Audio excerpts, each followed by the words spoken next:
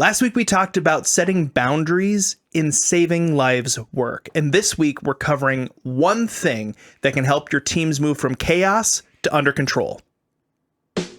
After decades of nonprofit leadership impacting thousands, we hit a wall. We started asking ourselves, how can we go beyond our personal success and leave a legacy that lasts far beyond our lifetimes? A job change and multiple conversations with stressed out nonprofit leaders later, our desire to help nonprofits grow in a healthy and sustainable way was bigger than ever. If you're a leader at the top or in the middle of a volunteer and donor-based organization, this podcast is for you. We believe that a better world needs healthier nonprofits, and it's our passion to help you fulfill your organization's mission while helping you live a fulfilled life. I'm Ted. And I'm Lisa. Welcome to the Legacy Builders Movement. So one conversation that we've regularly been coming back to is how to make those decisions that you need to make when it seems like everything is screaming at you. In nonprofit work, it can feel like there are always fires to be put out. The squeaky wheel gets the grease, whatever other cliche thing you want to think of. The tyranny of the urgent, important versus urgent. Yes, there are so many of these things. And when we can't figure out how to take control of them, it's so easy to start to feel like this is just how it is. Chaos will forever reign. I'm always going to be putting in 60, 70 hours of work a week. And then I'm going to be working in the evening and checking my phone and getting phone calls at midnight and writing notes at 2 a.m. about things I have to get done because I don't want to forget anything because everything's important. And then pretty everything that goes good is just like opening up a present of a whole bunch of other little bad things you didn't even know were connected to the good thing. Oh, it's terrible. After a while, you're like, oh man, if this thing works, that just means that the next event has to be bigger and crazier, and it's just going to add more chaos. It doesn't have to be like that, but we totally understand how it gets to be like that. And so we are talking today about one thing that can make a huge difference in this. It will make a huge difference in this if you start to implement it. And very soon you'll start to see things in your organization start to come under control and start getting calm. Now, we didn't say that you were going to get control because we think that we don't want to be hyper controlling leaders. Like, we want to lead healthy organizations that allow leaders to also lead in a healthy way and flourish. At the same time, that doesn't mean that things have to be chaotic or just completely out of control. Things can be under control, and you can actually lead a peaceful, healthy life while also leading a highly impactful and healthy organization.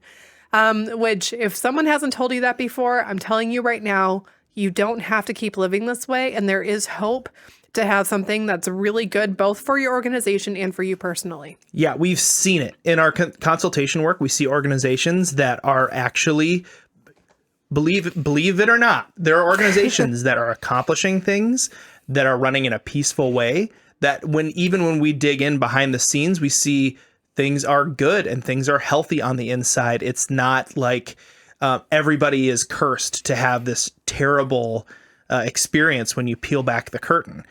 So if you're in a situation like that, you're not stuck there. There is a way out of that without quitting. Okay. There is a way to actually adjust stuff within the organization. I think right away, first of all, like we're going to cover that one thing in just a second, but one piece of it, I think, is that need or that desire for control that causes a lot of problems from the get-go. Instead of saying, I want to get this under control, you start thinking, I need to take control. And what that does is that removes agency from people within your organization to actually accomplish things on behalf of the organization. Yeah. They start becoming people who can only work when given very specific instructions and oversight, rather than people who can take an idea or take a project and run with it and be able to actually lead and grow and take care of the organization. So if your initial thought was, I need to take control of the situation, we're going to encourage you to think about this a little bit differently, because you don't want to completely relinquish and not pay attention to anything, but you do need to learn how to release control.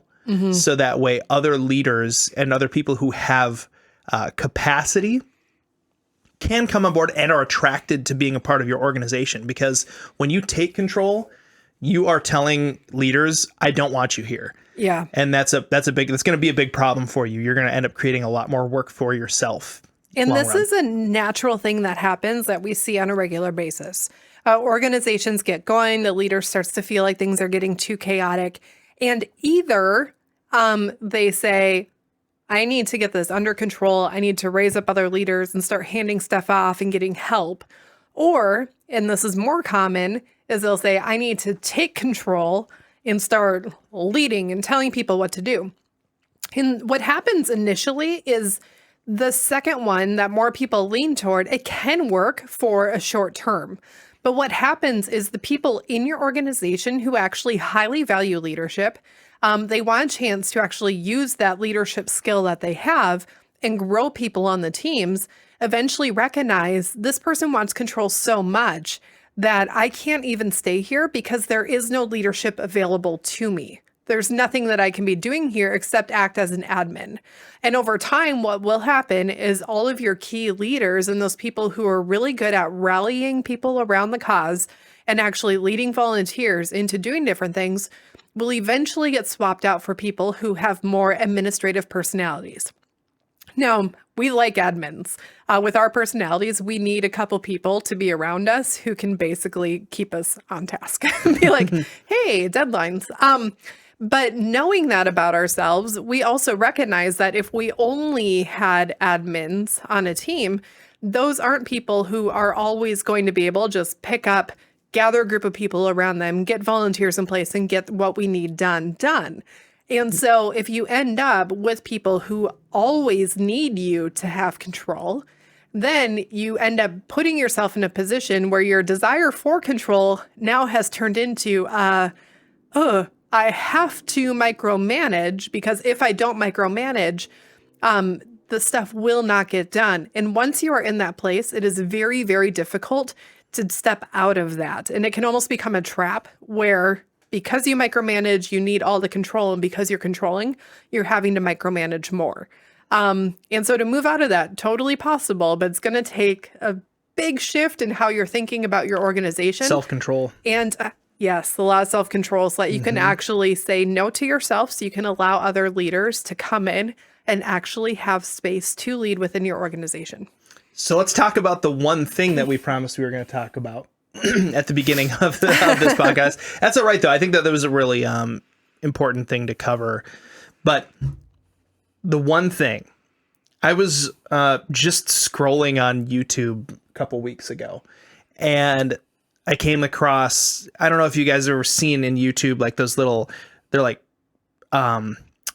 photo album things that like a community post that a channel will post, and it'll be like just a series of pictures. It's almost like a little Instagram like photo album thing built into YouTube. It's kind of weird for YouTube, but anyway, I was looking through it and it was like advice given by an 85-year-old man on his deathbed. And I was like, oh, that sounds interesting. Like, I want to know, people looking back at their lives, like what would they have changed? What would they have done different? Or what advice do they have to give? Because different perspective. Different perspective, and they've also been through it. They've seen what actually mattered at the end of their life versus, So one of the things stuck out to me, and this elderly person on their deathbed had said, address the small problems early, because the small problems will almost always turn into big problems later on. And then he went on to say, this works for everything. This works for car problems with your house, problems with your spouse, problems with your kids, problems with your work. And he just like went on, and this is a big list. And I was like thinking through it, and I was like, oh crap, we've got like a little wobble in our car. So I'm like immediately thinking like, it's a little wobble now, but like, what's that going to shake loose? What's that going to wreck down in the future? And it's totally true. I mean, especially with a machine that's got a lot of moving parts, you got one little thing that's off, it could throw the whole thing out of perspective. The same thing's true with your health, right? If you are noticing like pain in your knee, you want to get that figured out early on before it turns into a bigger problem. And oftentimes, most of the time, it's easier to treat when it's a small problem, where you adjusting for that pain over time can cause your cartilage to waste away, like big problems where now you need knee replacements or whatever. So we were thinking about this in the context of course, nonprofit work. So that's what we do. We try to think like nonprofit leaders. We're trying to help everybody around here to think like good, healthy nonprofit leaders. Okay, now for any of you stressed about our car, it's taken care of. Oh yeah, we took care of it. We're good. But yeah, my knee still hurts. I'm just kidding. This got us thinking though, specifically for nonprofits and something that we've implemented, but those things that work and you kind of, I don't know, you forget that they work, or you forget to tell people like this is what worked, because you just get in the habit of doing it. Either it works so well that you never do it again, or it works so well you always do it, and then you just it becomes like second nature, and then you forget to teach the next person. Yeah, pass it down. What we realized is the biggest fires going on in our lives didn't have to become big fires. They started out as a small little thing that, if just properly addressed with a 30-second conversation early on, would have been totally fine. The vast majority of big things right now that are screaming at you, that feel like they have to get done, and they're like major issues, not the short term, oh, you got an email from someone and you have to respond to them and you don't want to forget. But I'm talking about like the issues right now that you are feeling the pressure of. You're like, I have to get this figured out with my organization's budget, or I'm having this issue with this key leader, and they're looking at possibly quitting. And if they quit, I'm going to lose half of that volunteer team. Or I have this one business relationship where someone has consistently donated, and apparently I ignored their phone calls for 6 months. And now they feel like I don't care about them unless they give me money. Like those kinds of issues, all of them started out as something very, very, very small that you probably noticed. I got a perfect example of this. So I was the full-time creative director for a church, and we had lighting technicians and musicians and video directors and videographers and camera operators, and like just pretty much anything that was kind of creative was under my purview. And I remember at one point being extremely stressed out because we didn't have enough band members to, actually I remember a few different points this happening, but we didn't have enough band members to fill all the different slots across different locations and all that stuff. And specifically drummers was always like really, really hard in the area that we are and whatever. And so I remember thinking like, oh my gosh, like, how did this happen? Like we used to have a lot of drummers and now we don't have like any. And I traced back the problem. So I traced it back to, well, this guy all of a sudden stopped playing drums, and he was covering a whole bunch of locations. He was available all the time.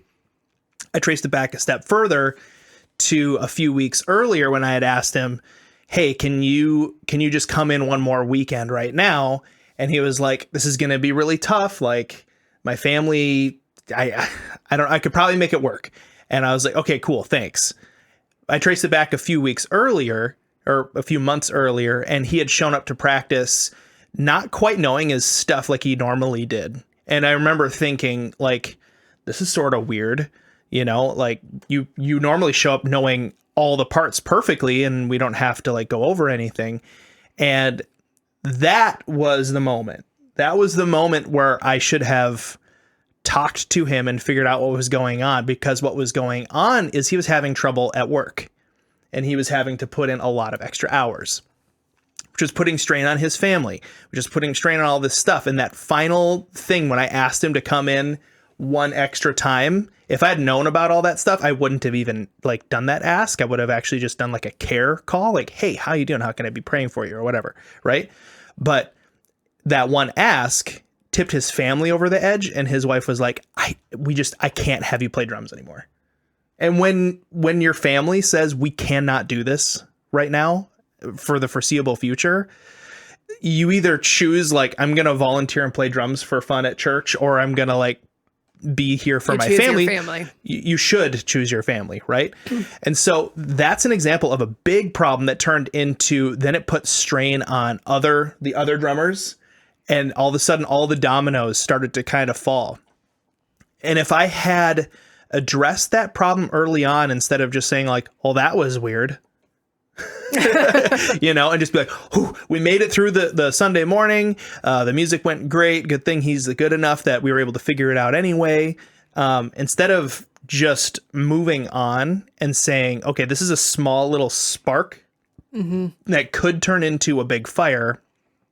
How do I address it now when it's much easier to address? It also would give me a lot more time to figure out, hey, we need to infuse a few extra new drummers to fill in this guy's position, because he's covering several positions right now, and I can tell that there's the beginnings of burnout and strain on him and on his family. So the real trick then becomes recognizing those small problems, so that you can address them and taking the time to do it. So part of this, depending on what your role is in your organization and what you're doing, to start, you're going to have to go through actually right now, either what you're dealing with or what you've been dealing with recently, and asking the question, when did this actually start? Because the problem didn't start a week ago or 30 days ago or possibly even 90 days ago. There's probably something that was a really small spark that happened much earlier. And if you can start to work your way back and actually start seeing when those happened, how they happened, you'll actually start to notice those things as you go forward. So with Ted, I'm sure once he recognized, oh, that's where that started, going forward, as you saw musicians who were a little bit off, who were typically very, very on, I'm sure your conversation went just a little bit different. It's probably less of a, that's weird. And once more I of recognized where it was going. Let's talk. Like, let's figure this out right now. Because even if that person would still need to step away after a certain amount of time because of their work or whatever else they might have going on, that would still give you enough runway to be able to get other people into place in a way that's healthy for them, healthy for your teams, healthy for your organization. And then it's also healthy for you as a leader and your personal lives. Because when you are constantly running just to put out the fires, it is exhausting. It is so tiring. But if you can start to actually build up your organization and your teams in a way that you're not getting to the place where there are multiple fires all the time, or there just aren't really fires because you've systemized it and you've started to see ahead in a way that you can just see what's going on. Like, it got to a point where when we were leading people, I could see an issue, have a conversation with the person, and pretty quickly know what their timeline was for either if they were going to stay or if they were going to quit. And there were a couple people I was like, that person's going to be gone within 90 days. We got to plan differently. And it wasn't because we didn't have the conversation. Like, those conversations were happening early and often, but we just recognize sometimes there are things that happen in people's lives that make them have to make a shift, and that's okay. But just because change needs to happen doesn't mean that change needs to cause chaos in our lives. And if you can start to see those conversations as beneficial versus scary, it changes, because a lot of times you avoid stuff because you don't want to hear the answers. Right. And that kind of became a big thing for me when I realized that, yes, this initial conversation might feel a little awkward. And in some ways it only feels awkward if you make it awkward. But that initial conversation of like, hey, I noticed you were a little off today. You know, if I came down on the guy and was like, hey, you really sucked today on the drums. Like, that's creating an awkward situation and conversation for me. Like, hey, I noticed normally you're like really prepared. Are you okay? And actually, and not just saying that to try to like get a real answer out of him, but actually asking out of like care, like that would have changed so much. And it would have made, like, sure, that conversation might have been kind of hard and maybe a little bit like intimate feeling, you know, like I'm kind of opening up possibly a can here where there might be some tears, or I don't know, but all of those emotions scare me. So I just didn't want to do it. The small amount of potential pain in that initial conversation was so much more preferable to the large amount of pain later on that comes from all of the dominoes crumbling. Yeah. And all of the pieces. And this is something that we have to recognize that there is discomfort that's going to happen simply because we are in leadership. Leadership isn't a lack of awkward conversations. It's about being aware enough that you can choose when those conversations are going to happen and have them early enough that they're not as bad as they could be. And this isn't just like trying to do stuff out of avoidance, but truly recognizing for the sake of the people that we're leading, for the sake of the people that we're helping, for the sake of our families, we need to be having these conversations frequently and often. And yes, we might not get the answers that we want. But at the end of the day, finding out earlier that someone needs to make a change is much more preferable than finding out when it's too late that someone already has made a change. Finding out that a donor or, just reaching out to a donor that you're like, oh, I feel like last time we had kind of an awkward conversation and I want to make sure things are right because I really don't want them to just feel like it's about the money, but I don't know what to say. Calling them today and having that conversation and saying, just be honest. Last time I feel like I just didn't communicate very well. I said this, I'm really sorry that I probably came across like this is the thing. That's not my intention. Here's what I'm actually thinking. Here's what I meant to say, and here's how I should have worded it. I'm really sorry. Is there anything I can do to make sure that we're still good? Because I value you, not for your money, but because you're a person, and you've just been so helpful to our organization over the years, and it's just been encouraging for me personally, and I don't want to lose that. Have that phone call. That phone call, yes, it will be awkward. It will be so much better, though, than when it comes for that person's next, whatever the donation might be, and you either don't hear from them at all, or you hear from them and it's in the form of, I'm not giving to you. I'm never giving to you again. I've told all my friends not to give to you. I don't like your organization. Lose my phone number. That small spark turned into a nuclear explosion. It's kind of crazy how that stuff can happen. Yep. I mean, we've been on both sides of it as leaders. We've had volunteers who early on were like, okay, we learned a lesson. We're not doing that again. And then we've had the times where we've been able to address stuff in a much better way, in a much healthier way. And not only was it healthier for our marriage and for our family, it was healthier for the teams. Like, our part of the organization got so much better when we recognized stepping into discomfort is the better way of doing so much. We've also been on the other side with different organizations that we've been a part of over the last 18 years, 19 years. How long have we been together? A lot of years. Haven't done the math recently. Where we've had some organizations where, we've served with them for a season and we had to step out, and we've maintained those relationships really well. And then we've had other ones that we served with for a season and we've had to step out. And because the conversations weren't addressed properly, like, those relationships were lost over time. And that's not what anyone wants, especially your volunteers with you. There's a reason that they're with you, and there's a reason that they care about you. And so when they have to make a change, usually they're either devastated that they have to, or they've gotten to a point where they're so mad that they're willing to burn it down. And we don't want either one of those for your organization or for your personal life, because both of them hurt. Yeah, absolutely.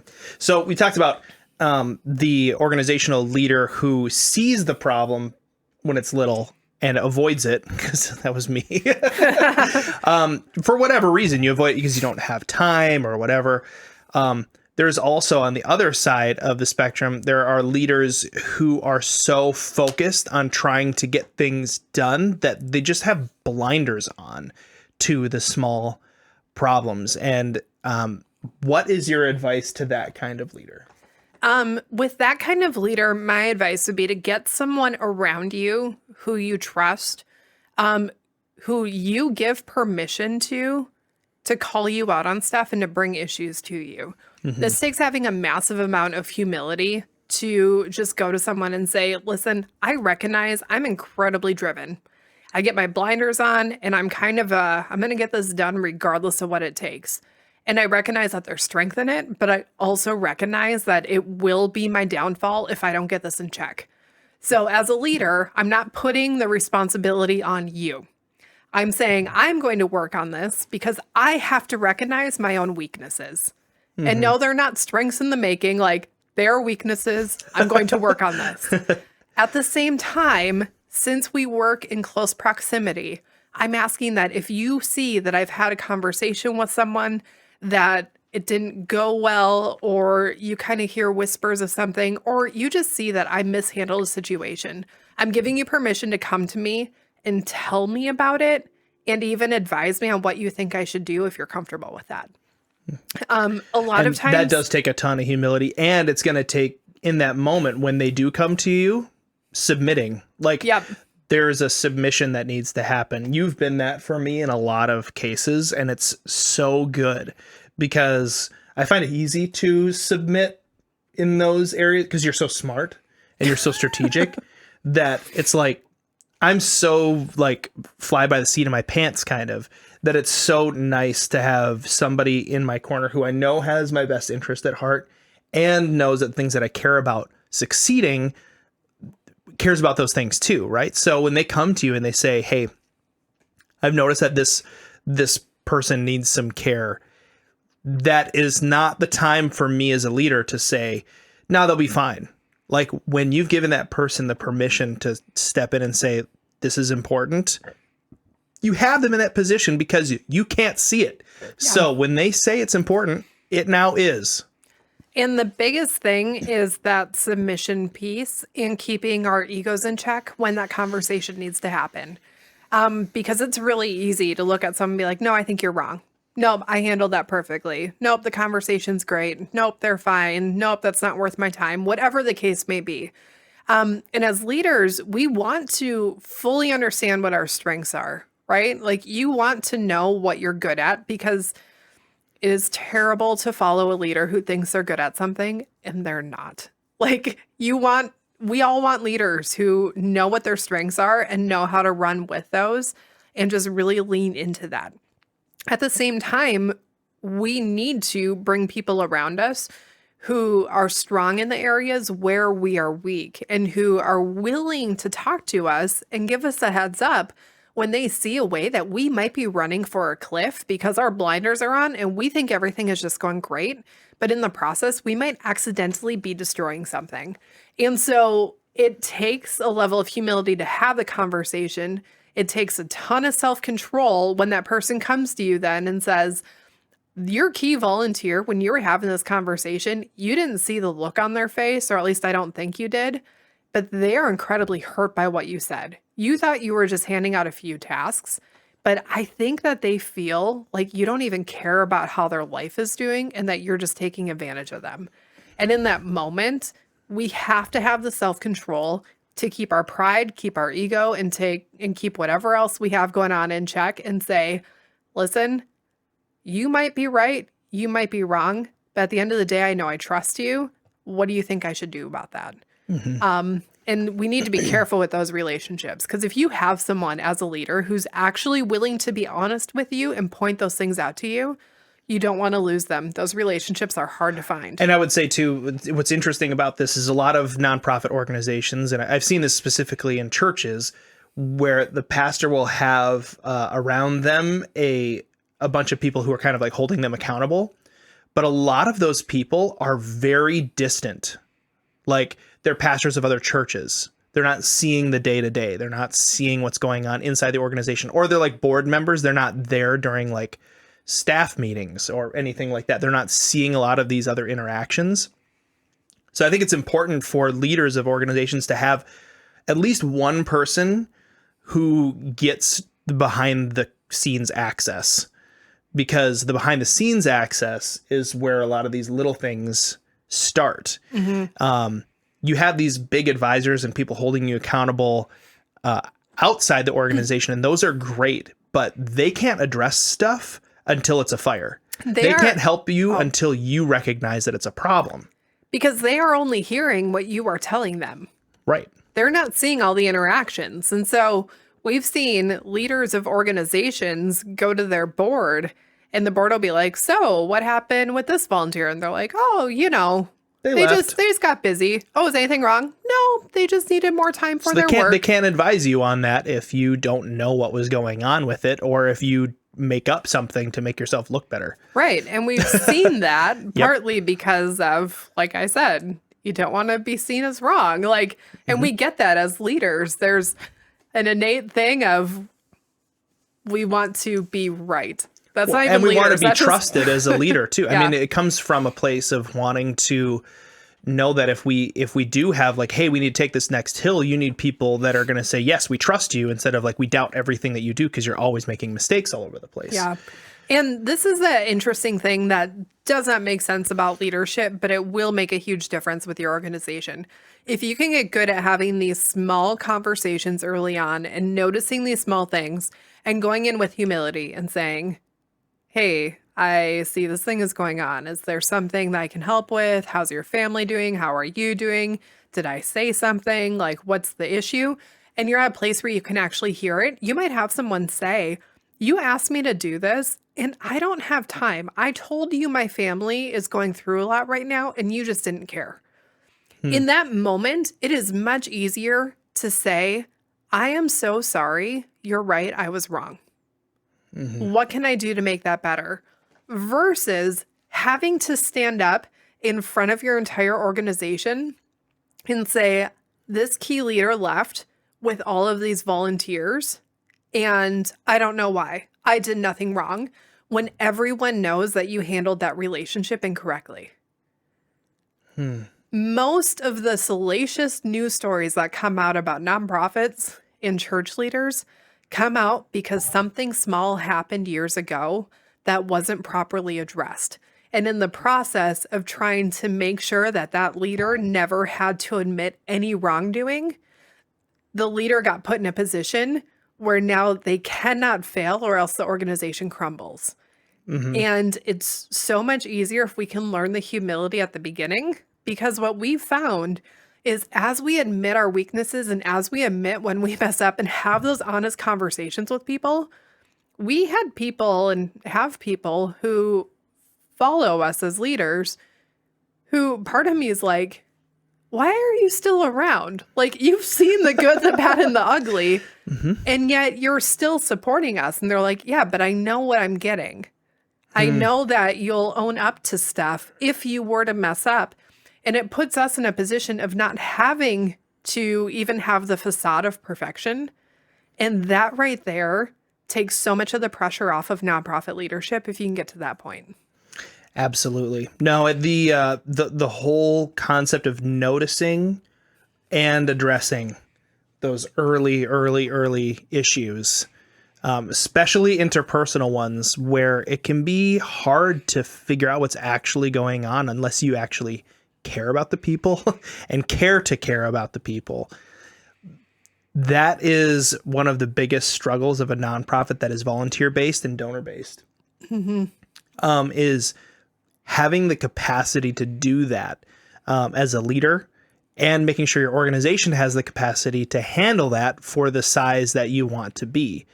Because you can become a very bloated organization without the care infrastructure, and that is like a balloon that's just ready to pop.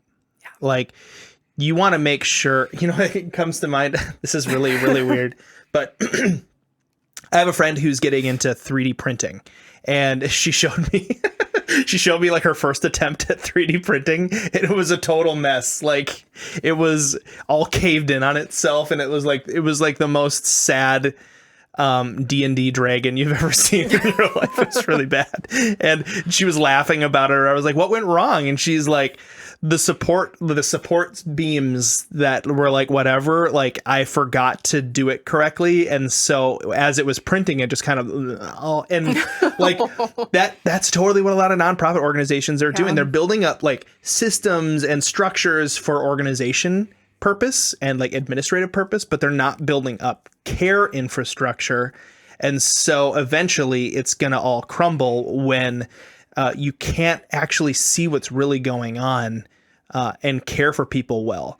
And so I think a big takeaway from this conversation as well isn't just like notice the things or take care of the things when they're small, but also like implement some really good, high quality care infrastructure in your organization from the get-go.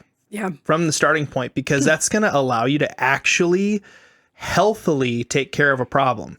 Because I've seen when problems get about halfway through their life cycle, a lot of leaders will start to notice them and think that they're noticing it early on, and they'll come down on the person and be like, hey, why didn't you show up for practice on time? Like in like a mean way, rather than recognizing like if they're there at all, just say it. They care to be there. So you coming down on them is such a jerk thing to do. Instead, figure out like what's going on in their life. Like figure out how you can come alongside. Like if it was a job and they were getting paid and they showed up late, like they're getting paid. That's different. If they're volunteer, like they're showing up at all, which means that they wanted to be there. Something just went wrong. Yeah. Also, we need to know as leaders that by the time we're seeing something, even if we catch the first instance of it in our organization, by the time we are seeing it has already been going on in our volunteers' personal lives for months.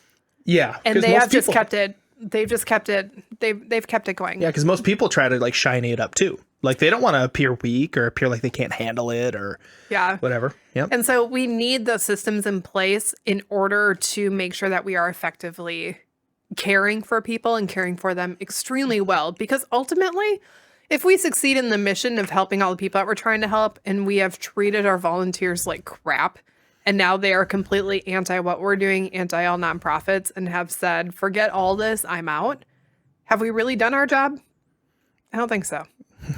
We're definitely not leaving a legacy, which is what we're all about here at Legacy Builders, the Legacy Builders movement, Legacy Builders podcast, all the stuff. We're trying to like make things grow over time rather than like shrink and shrivel up like a poorly designed 3D printing dragon. And so we would love to hear stories from you guys and hear what you're thinking about what issue are you trying to trace back this week to figure out where it actually started. Not where you think it started, but where it actually started. What issue are you trying to track back to that so you can be aware of them in the future? And we'd also love to hear about how you are implementing care structures inside of your organization. You can always send us an email to office@legacybuildersintl.com. Thanks for listening to the Legacy Builders movement. If you appreciate this podcast and find that it's valuable, the best way that you could help us is to subscribe and leave us a rating and review. To learn more about Legacy Builders, go to legacybuildersinternational.com. That's legacybuildersintl.com.